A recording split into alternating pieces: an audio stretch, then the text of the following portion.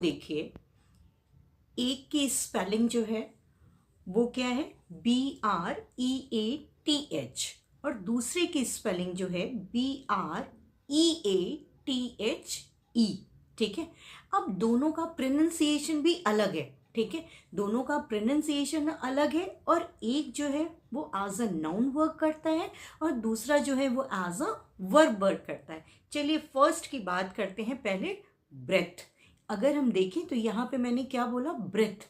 ई जो साउंड आया ना वो शॉर्ट ई का साउंड आया, और शॉर्ट ई का साउंड आया, साथ में TH वर्ड जो है ना वो वहाँ वोकल कॉर्ड का यूज़ नहीं हुआ। और नॉर्मल अगर देखा जाए तो कहीं ना कहीं हम जब बोलते हैं just take a deep breath, तो एग्जैक्टली यहाँ पे हम बोलते हैं, हमारा जो ब्रेथ वर्ड आता है वो हमारे माउथ से एकदम फ्लो होकर बाहर आता है ना।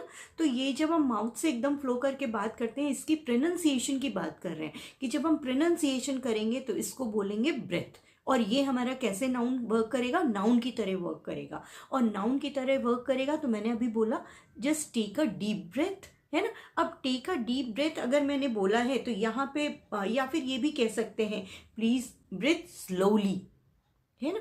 तो ये सारे वर्ड जो है ये एज अ नाउन वर्क कर रहा है यहाँ पे।